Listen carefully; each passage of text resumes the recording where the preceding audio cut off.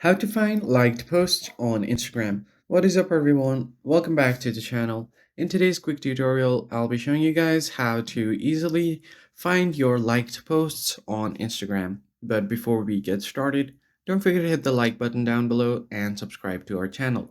Also, turn on the bell icon so you don't miss out on any of our new uploads. Now, let us jump back right into the video. The very first thing you need to do is simply open up your Instagram account. Make sure that you are logged in.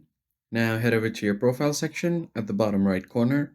And once you land on your profile page, tap on the hamburger menu on the top right corner.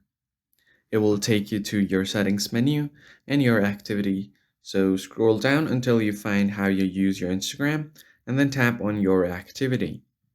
So here you are able to find your interactions like your likes, comments, notes, tags, and many more.